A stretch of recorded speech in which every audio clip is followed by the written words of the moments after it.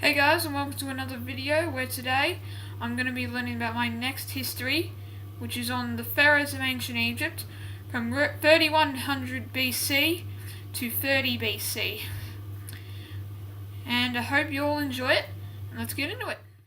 By 500 BC, mythical and exaggerated accounts have made Menes become a culture hero. Menes was the first pharaoh of Egypt and was the founder of the first dynasty. Khufu was an extended military cut during the Old Kingdom. At the end of the 6th dynasty, at least 67 mortuary priests and 6 independent high officials were attested.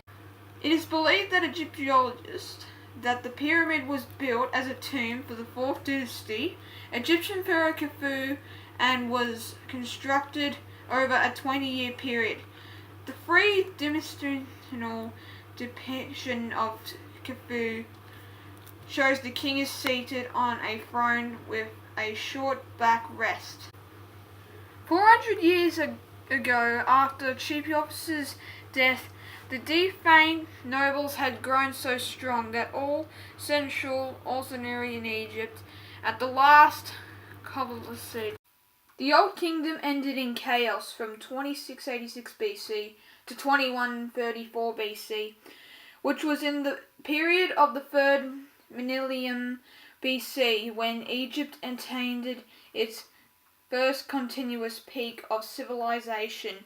After the collapse of the Old Kingdom, Egypt entered a period of weak pharaonic power and decentralization called the First Intermediate Period. Lower Egypt was ruled by the rival 10th dynasty from Heracleopolis. Heracleopolis first came to prominence and reached the apogee of power during the First Intermediate during 2181 BC to 2055 BC. The most famous pharaoh was of the 18th dynasty, during the period of the Egyptian history known as the New Kingdom, and he got called King Tut. Tutankhamun was born to have an original name called Tutankhaten, which meant living image of Aten. Tutankhamun was buried in a tomb that was usually small considering his status.